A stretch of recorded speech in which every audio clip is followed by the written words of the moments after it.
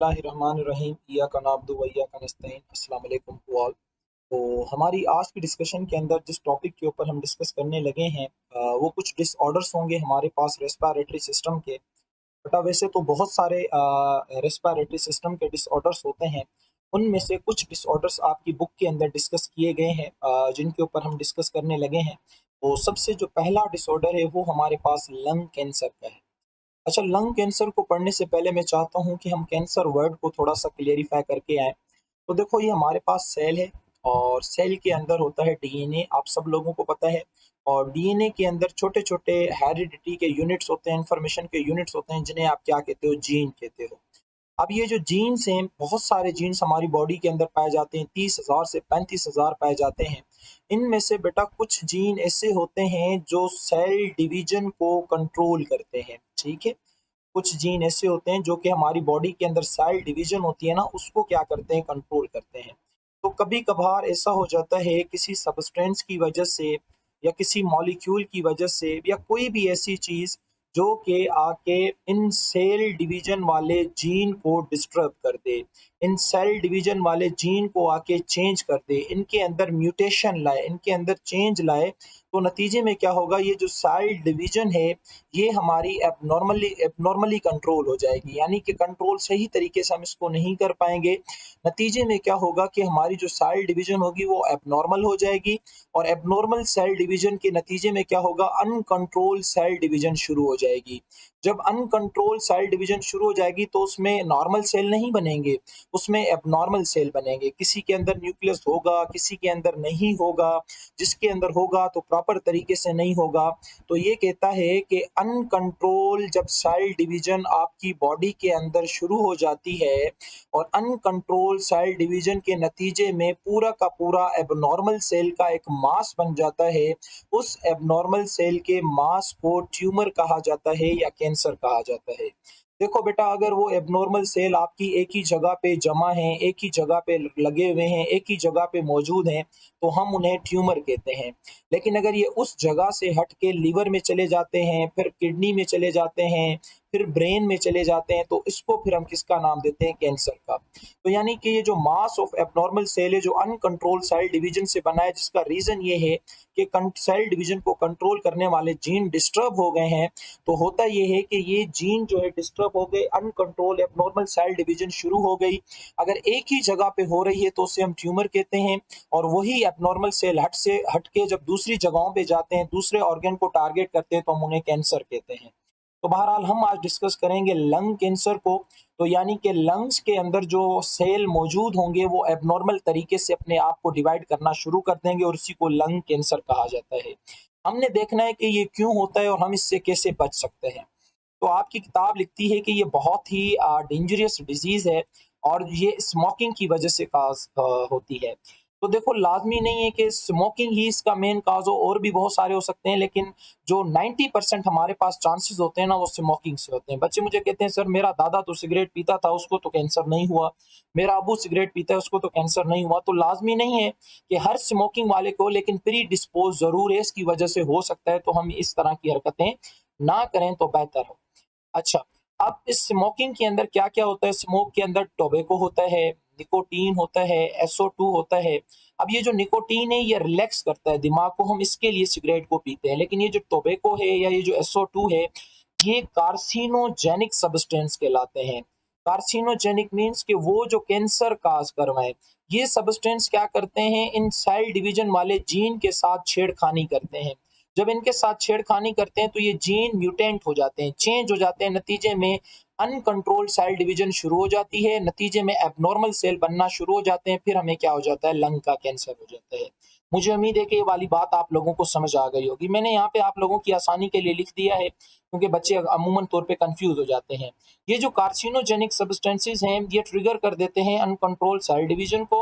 नतीजे में development of mass of abnormal cells without nuclear जो है वो स्टार्ट हो जाता है।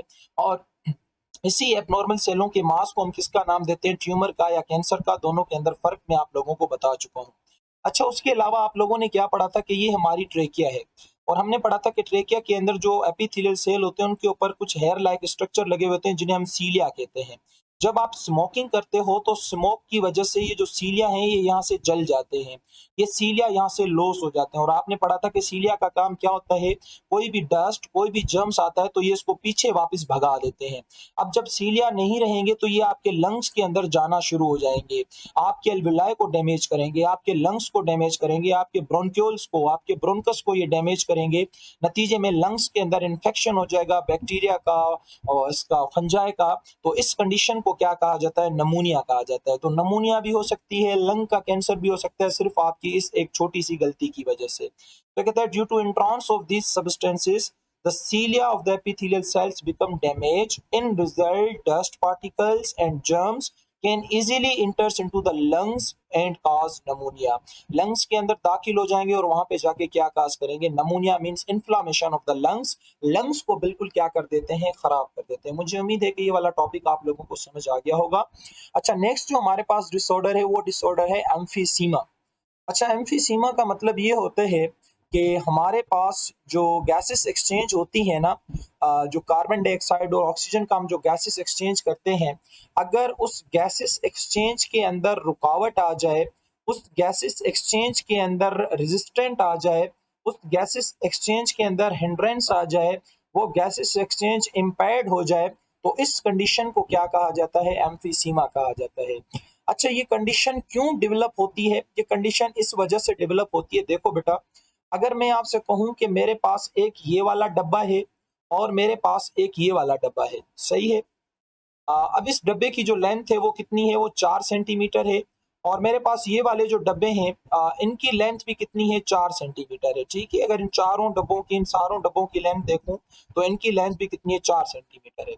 मुझे आप बताओ कि इन दोनों में से सरफेस एरिया किसका बड़ा है, इसका बड़ा है या इसका बड़ा है। वीडियो को पॉज करके मुझे जवाब दें। तो सरफेस एरिया इसका बड़ा है, इसका छोटा है। और हमने कहा था कि जितना सरफेस एरिया बड़ा होगा उतना गैस एक्सचेंज ज्यादा होगा।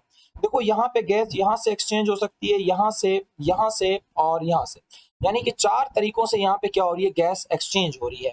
लेकिन अगर हम यहाँ की बात करें तो 4 तरीकों से यहाँ पे होगी, 4 तरीकों से यहाँ पे होगी, 4 तरीकों से यहाँ पे, इस तरह से 4 तरीकों से यहाँ, 4 तरीकों से यहाँ, चार, यानी कि यहाँ पे गैसेस का एक्सचेंज ज्यादा हो रहा है, यहाँ पे गैसेस का एक्सचेंज कम हो रहा है। और हमने क्या पढ़ा था कि हमारी जो रेस्पिरेटरी सरफेस है वो क्या है, वो एल्विलाई है। आपने एल्विलाई का स्ट्रक्चर देखा है, वो इस तरह से गुब्बारे बने हुए थे, इस तरह से देखो, इस तरह से क्या बने हुए थे, गुब्बारे बने हुए। ये आपके एल्विलाई है, अलग अलग से इस तरह से। अब मान लेते हैं कि एक एल्विलाई के अंदर एक मॉलिक्यूल गैसेस का एक्सचेंज होता है। एक कंसीडर कर रहे हैं, एग्जांपल समझा रहा हूं। यहाँ पे टोटल 6 हैं, तो 6 गैसेस के मॉलिक्यूल जो हैं वो आपस में एक्सचेंज हो रहे हैं। लेकिन अगर कुछ ऐसा हो कि ये जो दो एल्विलाई हैं, इन दो एल्विलाई को, ये बीच वाली जो लेयर है, ये लेयर यहाँ से हट जाए, ये लेयर यहाँ से रप्चर हो जाए किसी वजह की वजह से, वो मैं बताता हूँ कि क्या हो सकती है। तो आपका ये एल्विलाई बन जाएगा एक, और इस तरह से इसकी हट जाए तो ये एक बन जाएगा, इसकी हट जाए 2 बन जाएंगे, इसकी हट जाए तो 3।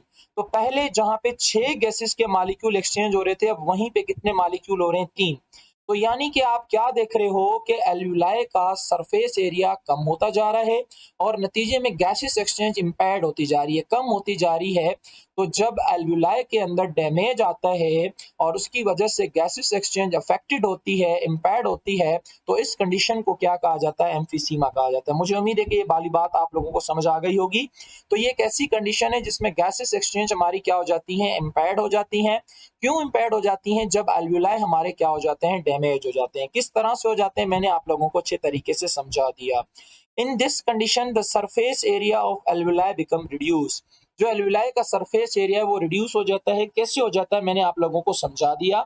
अच्छा, उसके अलावा क्या होता है कि ये जो हमारे एल्विलाई होते हैं ना, यहाँ पे कुछ लगे हुए होते हैं इलास्टिक फाइबर्स, जो कि इनके अंदर इलास्टिसिटी प्रोवाइड करते हैं। लंग्स हमारे इलास्टिक होने चाहिए। तो उन गैसेस की वजह से, उन पॉइजनस सब्सटेंसेस की वजह से ये जो इलास्टिक फाइबर है ना, ये भी क्या बन जाते हैं, इन इलास्टिक बन जाते हैं। नतीजे में हमारे एल्विलाई हार्ड हो जाते हैं, लंग्स हार्ड हो जाते हैं, तो एल्विलाई यहाँ पे रप्चर होना शुरू हो जाते हैं। और फिर वही बात होगी कि गैसेस एक्सचेंज का प्रोसेस क्या हो जाएगा, कम से कम हो जाएगा। तो क्या लिखा हुआ है, the alveoli loses it's elasticity, in result lungs become harder. हमारे लंग्स हार्डर हो जाएंगे और कम से कम गैसेस का एक्सचेंज होगा। एल्विलाई के ऊपर बेटा यहाँ पे इलास्टिक फाइबर लगे हुए थे, ये किसी वजह से डैमेज हो जाते हैं। मैं वजह बताता हूँ कि क्या होती है। अच्छा, उसके अलावा क्या होता है कि हमने पढ़ा था कि एल्वुलाई का जो डायामीटर है वो कैपिलरी से बड़ा होता है, तो किसी वजह से एल्वुलाई का डायामीटर भी क्या होने लग जाता है, कम होने लग जाता है। यानी पहले इतना डायामीटर था, अब इसका इतना डायामीटर है। तो अंडरस्टूड बात है, इतने डायामीटर के अंदर गैसेस का एक्सचेंज कम होगा, इतने के अंदर गैसेस का एक्सचेंज ज्यादा होगा। तो ये सारी कंडीशन आपको पता है तब होती हैं जब कोई पॉइजनियस या जब कोई टॉक्सिक सब्सटेंसेस जैसे नाइट्रोजन ऑक्साइड हो गई या NO2 हो गई या SO2 हो गई, जब ये हमारी बॉडी के अंदर इंटर होती हैं तो ये सारी चीजें हमारी डिस्टर्ब करने में इनका बड़ा इंपॉर्टेंट रोल होता है। तो इस कंडीशन को बेटा क्या कहा जाता है, एम्फीसीमा कहा जाता है। और ये कहता है कि जब ये चीज हो जाती है तो ऑक्सीजन की डेफिशिएंसी हो जाएगी, और जिस पेशेंट के अंदर ऑक्सीजन की डेफिशिएंसी होगी उसको ब्रीथिंग के अंदर प्रॉब्लम होगी, लेजी हो जाएगा, डिप्रेस हो जाएगा, इरिटेबल सा रहेगा और स्लगिश हो जाएगा। तो ये हमारे पास कौन सी कंडीशन थी, एम्फीसीमा थी। मुझे उम्मीद है कि ये वाली कंडीशन आप लोगों को समझ आ गई होगी। अच्छा, उसके बाद हम अस्थमा को पढ़ते हैं। ये भी एक बहुत हमारे पास जो कहते हैं कि एक सीरियस बीमारी, एक सीरियस डिसऑर्डर है। अच्छा, इसमें होता क्या है, रिकरेंट अटैक आते हैं किसके, ब्रेथलेसनेस के। यानी कि सांस के हमें झटके आते हैं, सांस थोड़ी थोड़ी देर में हमारा बंद हो जाता है, और फिर जो सांस जो प्रोड्यूस होता है उसके अंदर जो साउंड प्रोड्यूस होता है उसके अंदर विजिंग होती है, यानी कि सीटियां बजती हैं। अच्छा, ऐसा पता है क्यों होता है? हमने कहा था ये हमारी ट्रेकिया है, फिर ये बायफर्केट हो गई ब्रोनकस के अंदर, फिर इस ब्रोनकस से ये छोटी छोटी ब्रांचेस निकलती हैं। अगर आप लोगों को याद हो, इन ब्रांचेस को हम क्या कहते हैं, ब्रोनक्यूल्स कहते हैं। तो होता क्या है कि इन ब्रोनक्यूल्स के अंदर कचरा आ जाता है, डस्ट आ जाता है, या दूसरे एलर्जिक सब्सटेंसेस आ जाते हैं जो कि इन नालियों को, इन ब्रोनक्यूल्स को बंद कर देते हैं। तो जब इन ब्रोनक्यूल्स को बंद कर दिया जाएगा तो मैं आप लोगों से पूछ रहा हूं कि क्या एल्वुलाई तक हवा पहुंचेगी, ऑक्सीजन पहुंचेगी? नहीं पहुंचेगी ना। तो नतीजे में ब्रेथलेसनेस के क्या होते हैं, झटके लगते हैं। तो ये कहता है कि it is caused by the allergic reaction, by dust, by pollen grain, by smoke, by animal fur, by cold, by cough. इन सारी चीजों से क्या होता है कि ये ब्रोनक्यूल्स हमारे डिस्टर्ब हो जाते हैं, बंद हो जाते हैं। नतीजे में क्या होता है कि गैसेस का एक्सचेंज हो ही नहीं पाता, तो नतीजे में ब्रेथलेसनेस के क्या हो जाते हैं, अटैक आते हैं। इसका एक ही इलाज है, वो इलाज ये कि हम इसमें ब्रोंको डायलेटर लेते हैं, जो कि इन ब्रोनक्यूल्स को डायलेट कर दें, इनके डायामीटर को बड़ा कर दें, ताकि ज्यादा से ज्यादा गैसेस का क्या हो सके, एक्सचेंज हो सके। अच्छा, मैंने यहाँ पे लिख दिया है कि जब ये ब्रोनक्यूल्स बंद हो जाती हैं तो आप फोर्सफुली सांस लेने की कोशिश करते हो, तो नतीजे में क्या होता है कि ये ब्रोनक्यूल्स फट भी जाती हैं, कभी कभी रप्चर भी हो जाती हैं। ये कहता है due to asthma there may be the contraction of the bronchioles. Bronchioles की कॉन्ट्रैक्शन हो सकती है और ये फट भी सकती हैं, जो कि पेशेंट के लिए डेंजरस है, और इंसान की इसमें क्या हो जाती है, डेथ हो जाती है। अच्छा, समटाइम्स कभी कभी हेरिडिटी की वजह से भी होता है, यानी बाय बर्थ ये जो ब्रोनक्यूल्स हैं इनका डायामीटर बाय बर्थ कितना होता है, इतना छोटा सा होता है, तो गैसेस का एक्सचेंज सही तरीके से नहीं हो पाता। This is all about the asthma. ये कंप्लीट डिस्कशन थी हमारी एस्थमा के बारे में। अच्छा, लास्ट बीमारी को भी इसी वीडियो के अंदर हम डिस्कस कर लेते हैं, दैट इज द ट्यूबरकुलोसिस।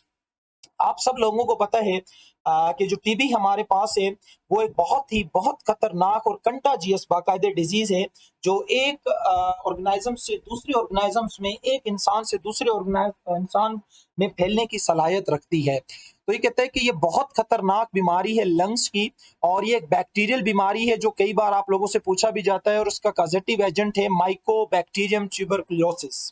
अच्छा, इस कंडीशन में क्या होता है कि हमारे जो अल्वुलाई होते हैं वो रप्चर हो जाते हैं, और वो इलास्टिक की बजाय इन इलास्टिक टिश्यूज के अंदर क्या हो जाते हैं, कन्वर्ट हो जाते हैं। यहाँ पे बैक्टीरिया आके हमला करता है, अल्वुलाई को डैमेज करता है, उनको इनइलास्टिक बना देता है। अच्छा, आपके लंग्स क्या करते हैं, फिर वो जो बैक्टीरिया वाला पोर्शन है ना, उस बैक्टीरिया वाले पोर्शन के ऊपर एक कैप्सूल बना देते हैं, ताकि ये दूसरे, अब ये बैक्टीरिया वाला पोर्शन था जिसने हमला किया हुआ था, अब आपके लंग्स क्या करते हैं, आपकी बॉडी क्या करती है, इसके ऊपर एक कैप्सूल बना देती है। इस कैप्सूल को कहा जाता है ट्यूबरकल, ताकि ये इन्फेक्शन बाहर फैले ना। लेकिन जब लोड ज्यादा हो जाता है बैक्टीरिया का, तो बाज औकात ये ट्यूबरकल यहाँ से रप्चर हो जाता है। जब ये ट्यूबरकल यहाँ से रप्चर हो जाता है तो ये बैक्टीरिया का लोड सारा बाहर आ जाता है, और दूसरे नॉर्मल लंग्स के टिश्यू को क्या करता है, डैमेज पहुंचाना शुरू कर देता है। नतीजे में आपके लंग्स बिल्कुल इस बैक्टीरिया के साथ अफेक्टेड हो जाते हैं। फिर इसकी ट्रीटमेंट होती है, 7 से 8 महीने इसका क्या चलता है, कोर्स चलता है। मुख्तलिफ किस्मों की एंटीबायोटिक्स होती हैं, कुछ कोर्टिसोल्स दिए जाते हैं। तो देखो लिखा हुआ है कि इस कंडीशंस के अंदर अल्वुलाई रप्चर हो जाते हैं, इन इलास्टिक टिश्यूज के अंदर कन्वर्ट हो जाते हैं। अच्छा, लंग्स बेचारे क्या करते हैं, जो बैक्टीरिया होते हैं उनको उनके ऊपर एक प्रोटेक्टिव कैप्सूल बना देते हैं ताकि वो दूसरे लंग्स के टिश्यू से बचे रहें, स्प्रेड ना हो, और उस कैप्सूल को हम क्या कहते हैं, ट्यूबरकल कहते हैं। जब बैक्टीरिया का लोड बढ़ जाता है तो ये जो ट्यूबरकल है ये रप्चर हो जाता है। नतीजे में जितना बैक्टीरियल लोड है वो सारा का सारा रिलीज हो जाएगा और दूसरे नॉर्मल लंग्स के टिश्यू को क्या करेगा, डैमेज करेगा। अच्छा, टीबी की जो मेन साइन है वो फ्रीक्वेंट कफ है, फीवर है, लेजीनेस तो खैर हर बीमारी में होती है, वेट लॉस हर बीमारी में होता है, और जो मेन निशानी है वो स्पिटिंग विद द ब्लड, जो आप बलगम बाहर निकालते हो, जो थूकते हो, उसके अंदर ब्लड आती है, बहुत ज्यादा पेन होता है चेस्ट के अंदर, और सांस लेने में बड़ी प्रॉब्लम होती है, स्वेटिंग होती है और पुअर एपिटाइट होती है। ये तो खैर वो निशानियां जो हर बीमारी में होती हैं। और ये कहता है कि टीबी जो है वो हमारे पास एक कंटाजियस डिजीज है और पुअर कंट्रीज के अंदर ये डेवलप होती है, यानी कि एक इंसान से दूसरे इंसान में फैलने की इस बीमारी के अंदर सलाहियत क्या है, मौजूद है इस बैक्टीरिया के अंदर। अच्छा, ये कहता है कि it can spread through the sneezing, coughing और द पेशेंट्स पर्सनल थिंग्स। हम कभी कभी बीमार होते हैं, हमें वायरस लगा हुआ होता है या कोई बैक्टीरिया वगैरह बीमारी लगी हुई होती है, तो घर के अंदर एक ही चीज को इस्तेमाल भी कर रहे होते हैं, एक दूसरे के ऊपर खांस रहे होते हैं, स्नीसिंग कर रहे होते हैं, तो जो पढ़े लिखे होते हैं ना बेटा, वो खुद को खुद क्वारंटीन कर देते हैं, सेपरेट कर देते हैं, ताकि आप अपनी हेल्थ को भी बचा सको, अपने घर वालों की हेल्थ को भी बचा सको। इसमें यह नहीं होता कि मेरी अम्मी है, मैं इसके बर्तन अलग कैसे करूं, इसका कमरा अलग कैसे करूं, तो ये आप अपनी अम्मी के साथ दुश्मनी कर रहे हो, अपने भाई बहन के साथ दुश्मनी कर रहे हो, तो अलग कर दिया करो। वो 7-8 दिन की दूरी आपकी आगे के लिए आसानी बन सकती है। तो मुझे उम्मीद है कि मेरी जितनी भी बातें हैं वो आप लोगों को जरूर समझ आती होंगी। हम अपनी आज की डिस्कशन को यहीं पे खत्म करते हैं। इंशाल्लाह लास्ट वीडियो के अंदर हम ट्रांसपोर्ट ऑफ गैसेस को पढ़ के इस चैप्टर को क्या कर देंगे, वाइंड अप कर देंगे। आप लोगों का बहुत शुक्रिया, अपना बहुत सारा ख्याल